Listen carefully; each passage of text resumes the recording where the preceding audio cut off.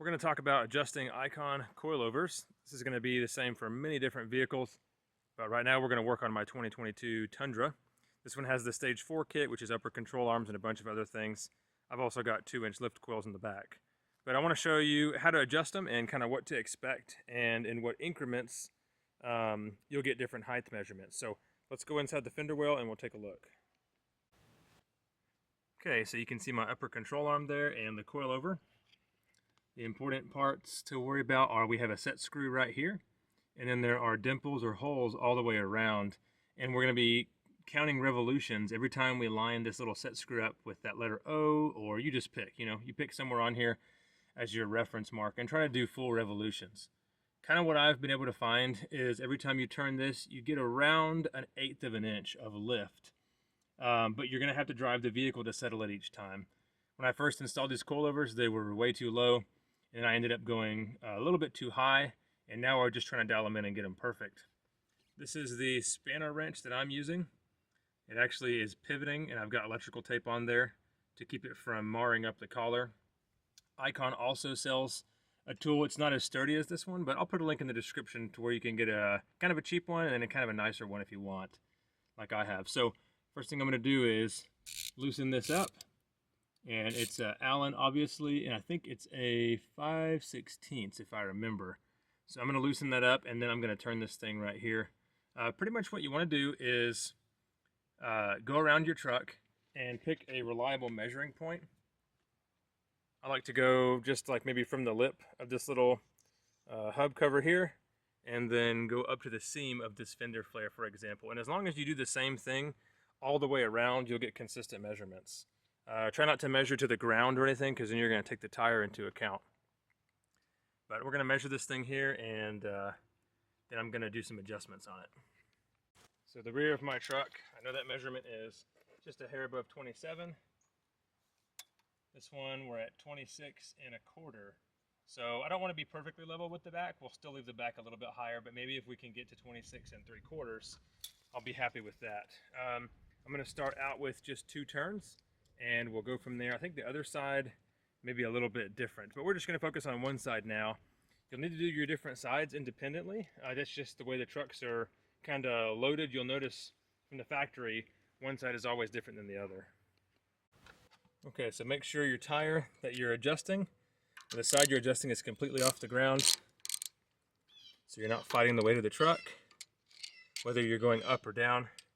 And then you want to use a lot of WD-40 or some kind of oil all over the threads here. Then I'm going to take my wrench, and I'm actually going to bring this up, so we're going to want to tighten it. And on this side, I think I'm going to do 3 turns, and then the other side we'll probably do 2 turns.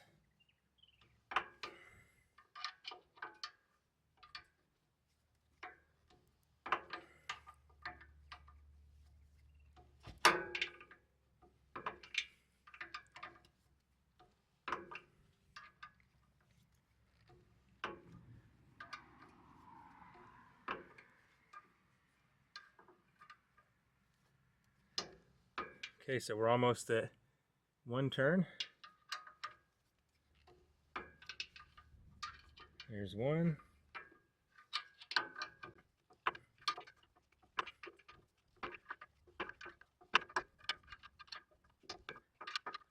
There's 2. A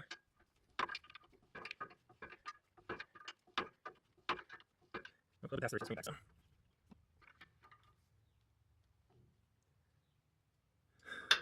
Okay, and that's 3 turns, because I'm using the letter O in Icon as my reference point. So now that I've got 3 turns here, I think I need to do 2 turns on the other side, just because it was a little bit higher anyway.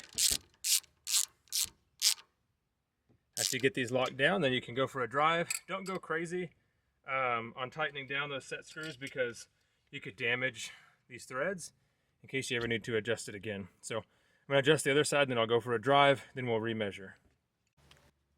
Just went for a drive, and I'm about to remeasure. Before we were about 26.25, and now we're 26 and just above a half. So let's see. Yeah, 9/16. So I'm going to go ahead and go up just a little bit more. I'm probably just going to do one more turn, and then we should be pretty much done. So 3 turns, and we moved almost 3/8 of an inch.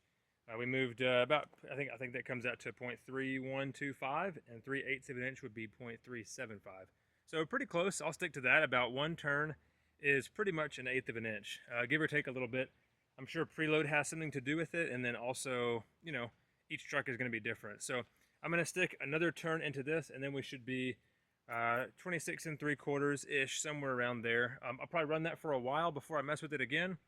But anyway, hopefully that helps you out. I think for the most part, 1 full revolution of that collar is going to be about 1/8 of an inch, or 0.125. So if you have any questions, put them in the comments. Thanks for watching.